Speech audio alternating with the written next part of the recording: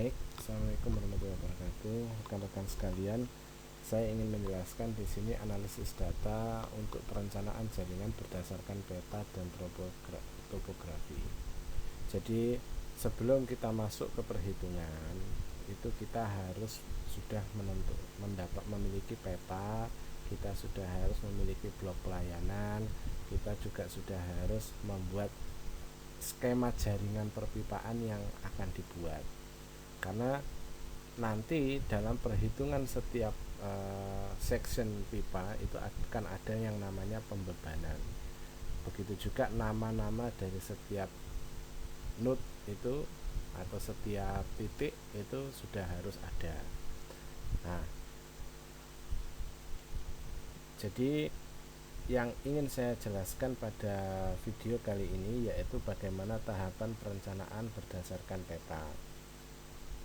Yang harus kalian lakukan yang pertama adalah pengumpulan data, lalu gambaran wilayah perencanaan, lalu penentuan daerah perencanaan, penentuan lokasi IPAL, sketsa jaringan perpipaan, penentuan blok pelayanan, penanaman manhole, dan penentuan beban setiap segmen. Ini yang harus dilakukan, 8 hal ini yang harus dilakukan sebelum kalian mulai menghitung. Gitu. Pengumpulan data. Data yang sudah harus kalian dapatkan adalah peta, ya kan? Kalau ada tata guna lahan lebih baik. Lalu peta dasar, yaitu peta yang ada jaringan jalannya, gitu ya. Lalu peta kontur wilayah, lalu jumlah penduduk dan fasilitas umum. Jumlah penduduk dan fasilitas umum untuk pembahasan video kali ini saya lewati karena kalian sudah tahu. Untuk peta dasar ini bila tidak ada, bisa menggunakan GIS atau bisa juga menggunakan AutoCAD, bisa juga dia menggunakan software lain. Yang jelas penggunaan peta ini nanti akan selalu digunakan sampai nanti menghitung detail manhole, begitu. Sehingga apabila kalian menggunakan dua software, misalnya GIS dan AutoCAD, maka pastikan keduanya ini kompatibel. Atau pembahasan terkait peta kemarin sudah saya berikan informasi di video YouTube yang sempat saya share dari akun orang lain itu. Kalian bisa lihat di sana bagaimana membuat petanya. Lalu kontur wilayah. Kontur wilayah ini kalian bisa lihat di Google Earth. Kalian bisa sudah tahu saya tidak akan menjelaskan lebih detail masalah kontur karena ini sudah kalian pahami di mata kuliah perpetaan kemarin seharusnya. Nah, gambaran wilayah perencanaan. Gambaran wilayah perencanaan ini kalian harus sudah memiliki seperti yang minimal ini ya, luas wilayah administrasi, kondisi geografi, demografi, dan mungkin lain sebagainya. Yang paling utama akan kita bahas di video ini adalah luas wilayah dan administrasi. Ini sudah harus dimiliki. Begitu juga sudah ada informasi ini tentu di peta yang sudah kalian miliki. Lalu dari peta yang sudah ada, kalian bisa menentukan daerah perencanaan yang akan direncanakan. Boleh merencanakan seluruh wilayah itu masuk gitu ya, masuk ke dalam daerah perencanaan, boleh juga sebagian. Dipilih berdasarkan apa, Pak? Dipilih berdasarkan tata ruang, ya kan? Yang mana yang masuk wilayah permukiman, yang masuk wilayah misalnya perkebunan dan lain sebagainya tidak perlu dimasukkan ke daerah perencanaan. Lalu yang kedua, bila tidak ada dokumen tata ruang, kalian bisa memilih di mana wilayah-wilayah yang di situ padat penduduk. Nah, padat penduduk bila di peta ini itu terlihat dari persil, yang kotak-kotak ini adalah persil atau rumah. Nah, jadi penentuan daerah pelayanan seperti ini. Kalian bisa mengasumsikan, silahkan dibuat, jangan takut membuat lingkaran untuk mengeblok ya, mengeblok peta kalian, jangan takut. Dicoba dulu menentukan lokasi IPAL ini, ya kan? Kalian sudah mengetahui di mana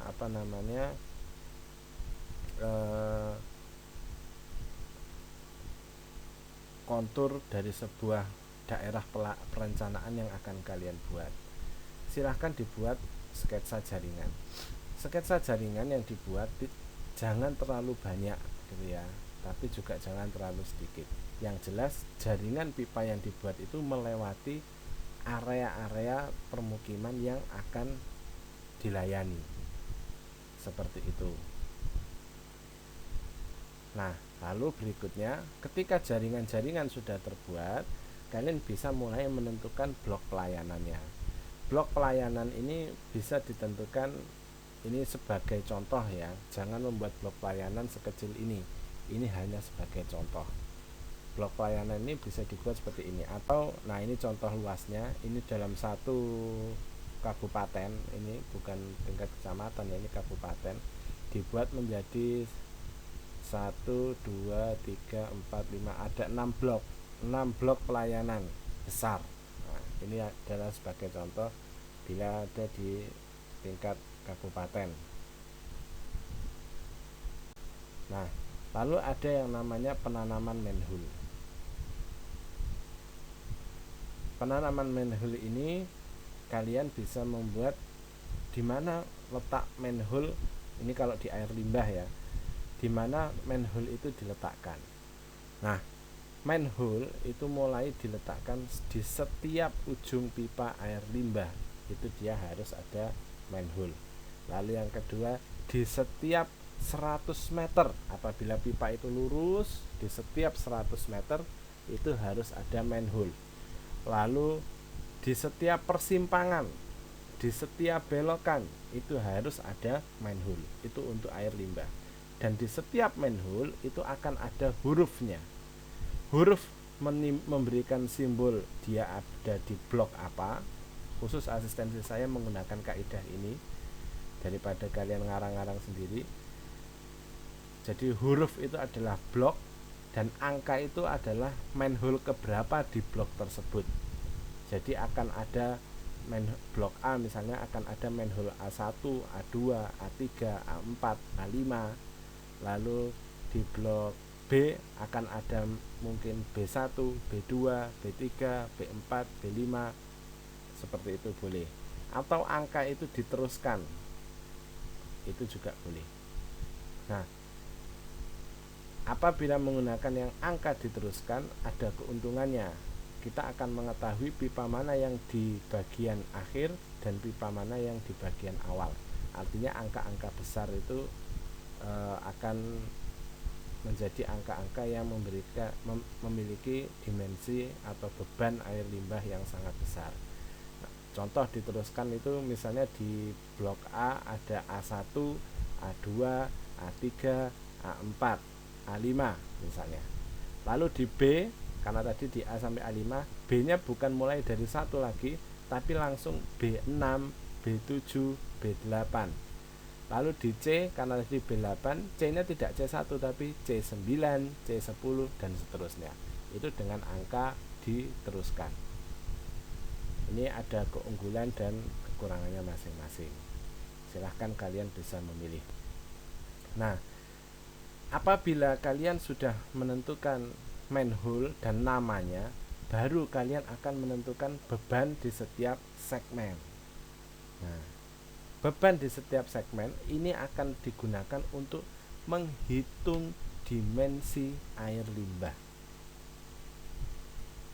Begitu ya, bisa dibayangkan bagaimana menentukan beban di setiap segmen. Ini akan saya bahas di materi yang lain. Silahkan kalian selesaikan dulu sampai di jaringan air limbah itu sampai mana, gitu ya. Jadi sketsa jaringan air limbah itu kalian harus miliki.